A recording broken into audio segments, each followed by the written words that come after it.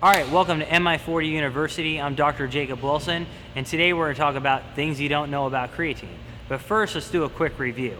We talked about in our energy systems video, basically that for the first 0 to 10 seconds of lifting, that's ATP and that's creatine phosphate. So basically what happens is when you have ATP, you break a phosphate off, and that releases energy, and you can lift weights with that. Well, what puts the phosphate group back onto ADP to reform ATP? That's creatine phosphate. It's essentially nice enough to take its phosphate group and donate it over to ADP to form ATP. So when you use creatine, essentially, what will happen is you'll be able to actually lift in a heavier range for maybe 1 or 2 more reps, or possibly more weight in that 1 to 5 repetition range. Now, is it beneficial when you're doing anything more than that, like 8 to 12 repetitions? Well, sure, because basically, again, at the beginning, you'll be more explosive. You'll be able to get more repetitions before you cross over into your other energy systems. So that's more training volume.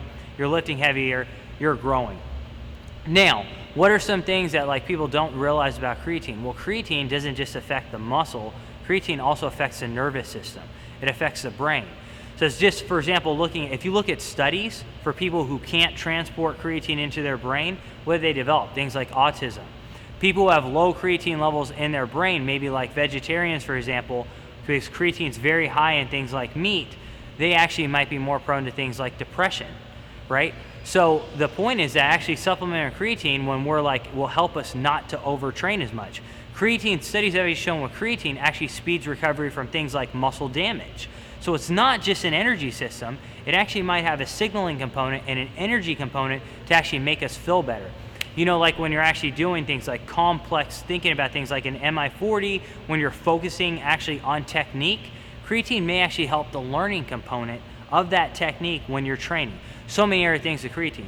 Now, there's so many creatine supplements on the market. There's like 1 million of them out there, right? And the point is, well, what's the best kind?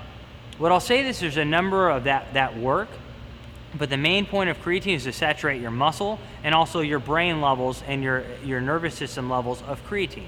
Now, that can be done with normal creatine monohydrate within a week of loading it, right? So if you took 20, 25 grams a day for a week, spread out in 3 to 5 gram doses, you would load creatine. If you took 3 to 5 grams a day, you'd saturate your muscle within a month. So if you're maximizing effects with that, all the other creatines are basically trying to enhance the absorption, enhance the uptake in the muscle. But if normal creatine monohydrate is already doing that, sure, other creatine forms could work, but they're not going to work more efficiently than creatine monohydrate. So sure, they could work, but creatine monohydrate works just fine, and most of the research is actually done on that as well. So those are some of the ways that creatine can work as well. Stick with monohydrate.